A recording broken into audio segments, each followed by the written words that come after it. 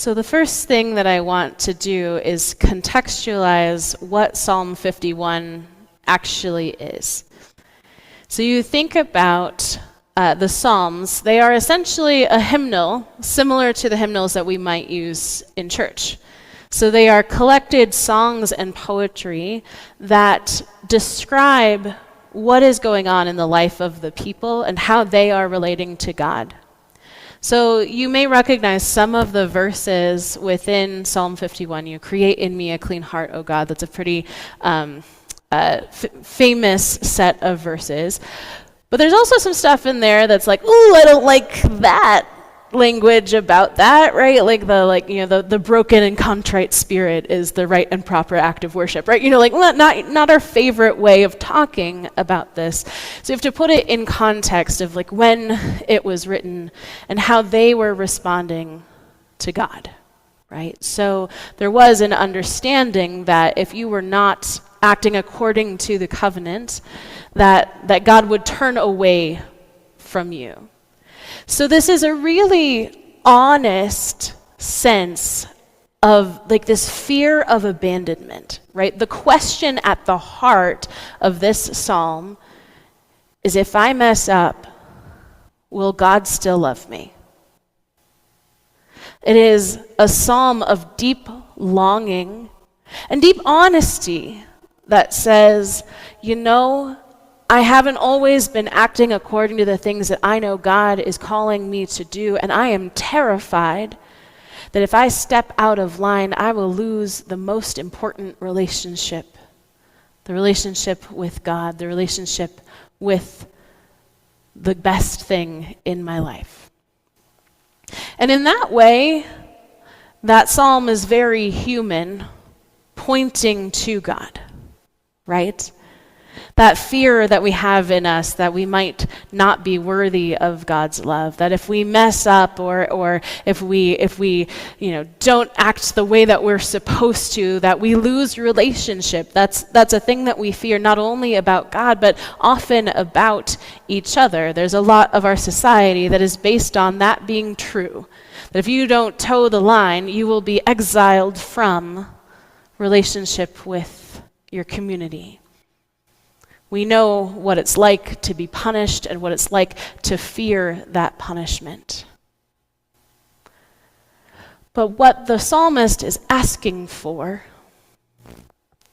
is a moment of transformation.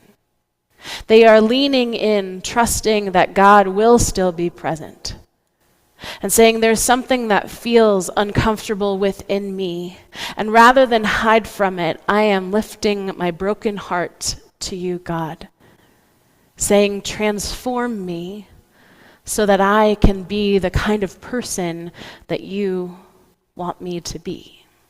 It is a profound act of vulnerable faith. And no, the language isn't maybe the language that we would choose to describe that spiritual experience, but I think we can find ourselves in the spiritual experience of it. That choosing not to let shame win. Shame which makes us cover the mistakes that we have made, hide them and pretend that no one will ever find them again, including ourselves if we bury them deep enough, right? But instead saying, this is my stated value set. This is who I want to be in the world. This is who I think God is calling me to be, and I don't always do it. And instead of hide from that fact, I'm going to lay it open, lay it bare. Trust you with my vulnerability, trust God with my vulnerability, and trust that there, in that space of leaning in and telling the truth, transformation can happen. And then I love the last part where he's like, and then I'm going to go tell everyone else about it, right? And that part gets a little weaponized, right? Like, oh, well, I've got myself right with God, so therefore you all need to learn, right? But it's genuinely a way of moving through the world that says, hey, I got invited into vulnerability and I found transformation there. And so instead of punishing you because I've labeled you a sinner, I'm also one. So let's hold a space where both of us can be as we really are, where we can see each other fully and find God there. Now, many of you know that I grew up in a place that did confession and absolution every week. But it was more of this, like, have mercy on me, lowly me a sinner, right? Like very much like, there is nothing good within me.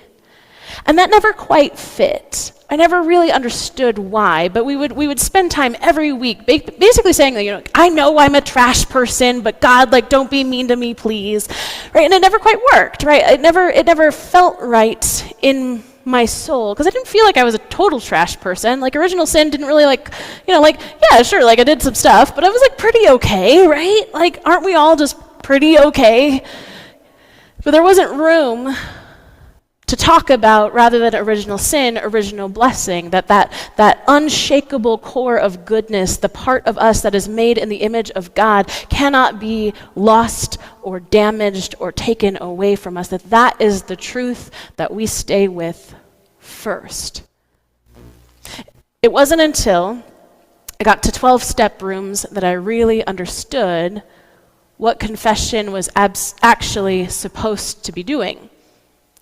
So step 4, if you know about it, is your fearless moral inventory, where, you talk about some of the good qualities that you got going on, but you mostly talk about all the bad crap you did, right? And you write, and you write, and you write, and you write, and it's the time when most people relapse. But you write, and you write, and you write, and you write, and then after you're done, step 5 is sitting with a sponsor, a pastor, a therapist, somebody you trust, and saying, here it is. Here is myself as I know myself, good, bad, ugly, indifferent, and otherwise. It's all right here. And then I had a sponsor, who, after I disclosed this secret that I had been keeping for so long, that there's a 12-step phrase, you're only as sick as your secrets. Right? And I was like, oh, this is the thing, she's gonna judge me. And she basically said, well, come back when it's murder. So this thing that was so charged in me that I was like, no one is ever gonna love me, God's not gonna love me, this woman's not gonna be able to love me. She was unfazed. And it was a little anticlimactic in certain ways, because it was so charged in me. But then I was like, oh, you mean I'm not any better or any worse than other humans trying to make it through this life? And she goes, bingo. I'm like, oh, okay. So her unflappability around these things was the greatest gift, when you realize that this thing that you have had so much shame around, to someone else, they can hold that in love and hold you in God's love. So there is a place for confession, definitely, and we're going to skip from step 5 to step 10. There's a lot that goes on in between there, but step 10 is 1 through 9 is what we call clearing away the wreckage of the past, right? So it is looking at all of your life before you started kind of traveling the 12-step path. And then step 10, 11, and 12 are all about how do you keep some spiritual hygiene going on. So 10 is every night you look back over your day, and if there are any amends that you need to make, you make a plan to make those right away. So if there's someone you need to apologize to, something you need to make right, you look at it right away, and you do that. So then 11 is about conscious contact with God, which is having a spiritual practice of your own where you feel connected not only to your higher power, but also usually to your community. And then step 12 is carrying the message, which is exactly what the psalmist was talking about, right? You know, that for those people who feel so mired down in shame and can't find a way to reconnect with God and with humanity, that we can bring a little bit of hope. That guess what? You're not any worse or any better than anyone else, and you are beloved. So the good news is that AA didn't make that up. It's actually been a long spiritual practice, obviously in Psalm 51, so we're talking a couple thousand years before the advent of AA and the 12 steps. You know, the psalmist was writing about this process, the guilt, the shame, the disconnection, that deep desire for reconnection and possibility. And when it comes, the grace that comes, I want to share that. I want to be more gracious, more graceful with those around me. And it was a spiritual experience placed within the Judaic context. And then some 2,500 years after that or so, we have St. Ignatius of Loyola, the founder of the Jesuit order, who has this practice called the daily examen. So much of this worship series that we've been doing is about building out our spiritual toolkits, offering different spiritual practices for different moments that help us connect with God, connect with our inner wisdom that is a gift from God, and connect with one another. We started with our breath and our body, and here we're gonna go to, okay, now that we know ourselves a little bit more, how can we look at those parts of ourselves that are a little uncomfortable to look at? It doesn't mean you're a bad person if you have made mistakes, but how do we tell an honest, complicated story where we're not always the hero? It's hard.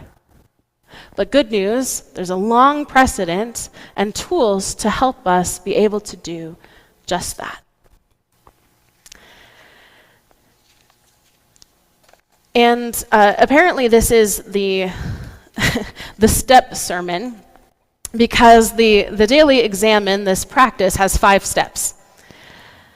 And the first step is placing yourself in God's presence. So we start from a place of connection. The second step, pray for the grace to understand how God is acting in your life. So there's a trust there that you are in the process of being transformed by God, like everyone who is committed to a spiritual life is. The third is reviewing your day, recalling specific moments and your thoughts and feelings at the time. Were there times you became agitated, where you were angry? And it's not even just negative emotions. You're reviewing your whole day. You're also looking for grace and gratitude and transcendence and beauty. You're telling the complicated story of the last 24 hours. 4, reflect on what you did, said, or thought in those instances. Were you drawing closer to God or further away? Are there any gratitudes? Is there anything you need to be accountable for or repent from, remembering that repent just means to turn around? And then 5, you make a plan for going forward. Look toward the day ahead view. How might you collaborate more effectively with what God is doing? Make specific commitments. And then the invitation is to conclude with the Lord's Prayer or another prayer of your heart to end your time of reflection. This tool in particular is especially important for those of us engaged in justice work, who come from a social location where the struggles of those who are not like us is more hidden from us. It asks us to hold our day in context, right? To ask the complicated questions. Were there opportunities that I missed to be in solidarity with those that society has forgotten? Were there places that I could tell God is transforming me in relationship with folks who are marginalized?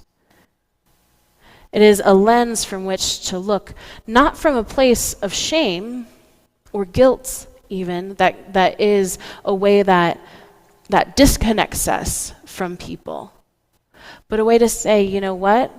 Here's where I am being transformed, and here is where I still have some transformation yet to happen. Here's where I need to be accountable. Here are my growing edges. Here are the commitments I will make, the specific commitments I will make to be a better ally, accomplice, community member tomorrow. So there is a specific type of the daily examen or form of the daily examen that I thought was important for this community. We've spent a lot of time reading a lot about racial justice and systemic inequality and the ways that it impacts our neighbors.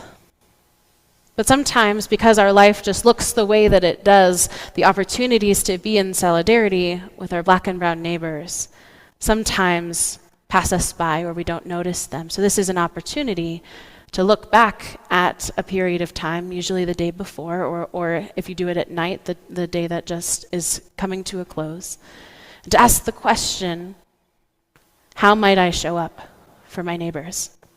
And so this is a daily examen for living as an anti-racist person.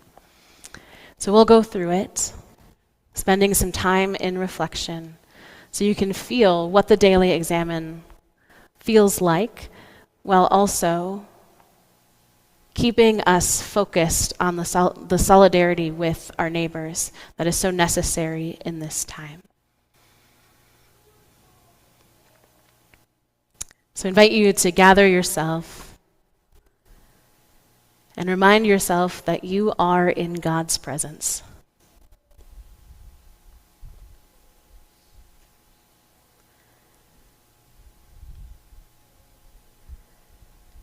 Give thanks for God's grace in your life.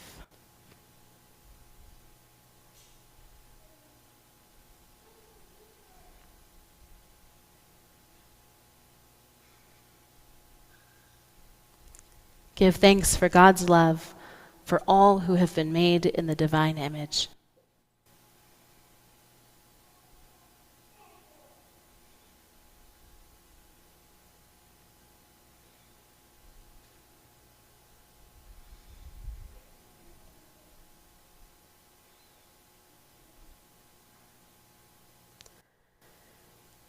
Pray for the grace to understand how God is at work in you as it relates to living as an anti-racist person.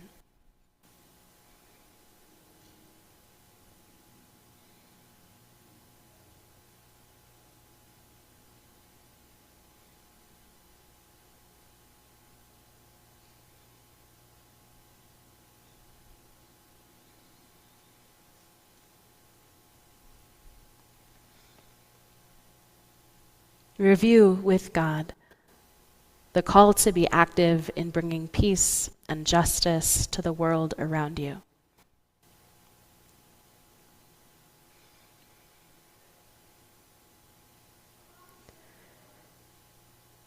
As you consider the injustice of racism, what does the Spirit seem to be stirring in your spirit?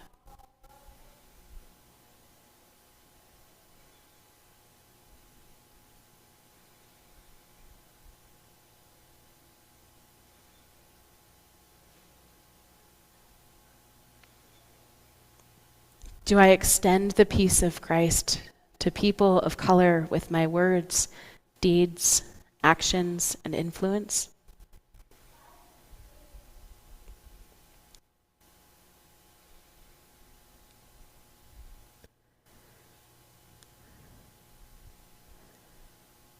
How have I allowed the evil of racism to affect me?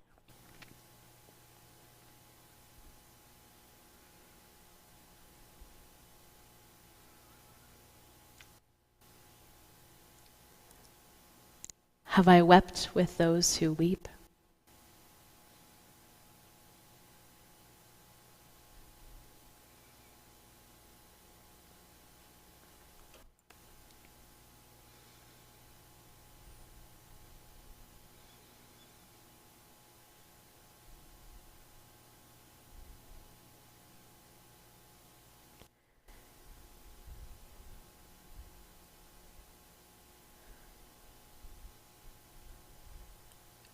Review your last 24 hours.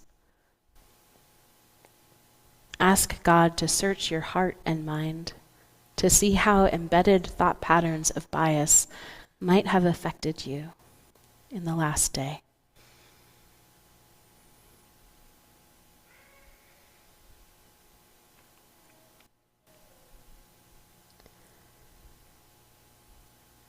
Have I done anything to diminish the image of God in my neighbor, friend, colleague, or family members that are people of color?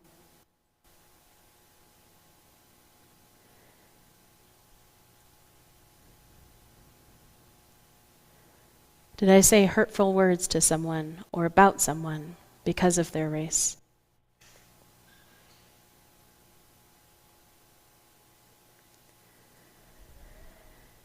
Have I been silent when I could have spoken peace and truth into a racially biased or explicitly racist situation?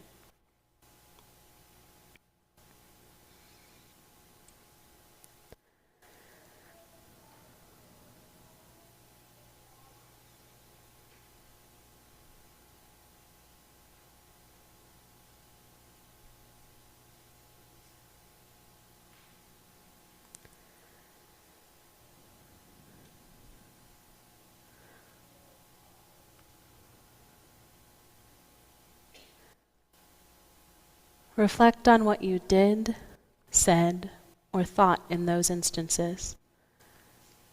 Were you drawing closer to God's heart concerning racial injustice, or further away?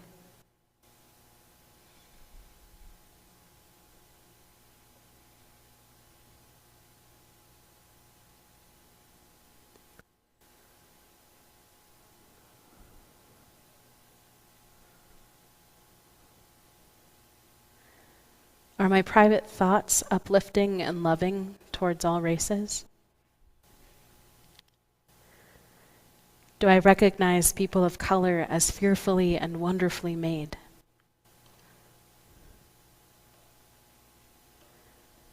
Where do I struggle with this the most? A specific person, people group, or environment?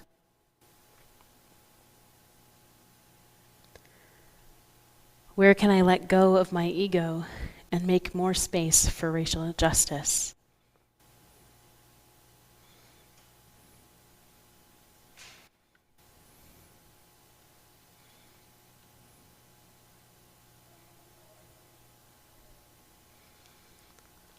Are there ways in which I promoted peace and extended love to people of color?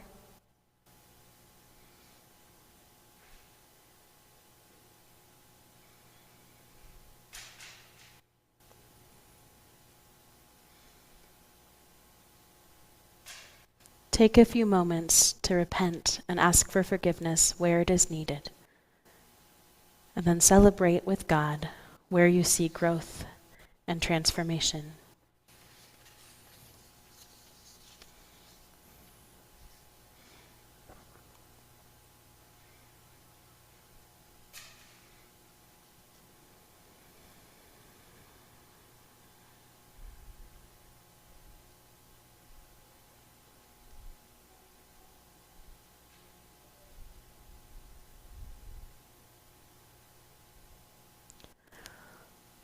Looking toward the day ahead, think of how you might collaborate more effectively with God's heart to extend love and work for justice.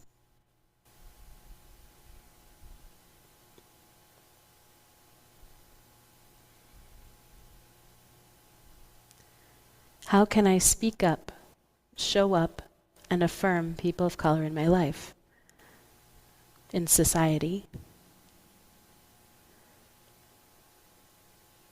What action can I take to nourish the longing for racial justice?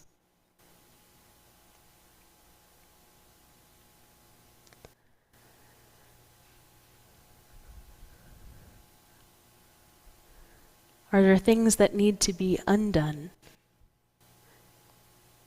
Is there someone to whom I need to apologize? Is there someone to whom I need to reach out?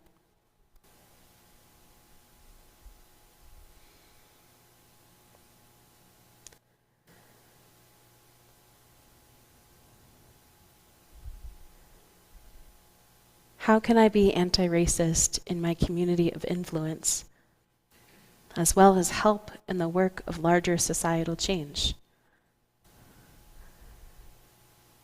What ongoing values and actions will I apply towards living a life as an anti-racist person?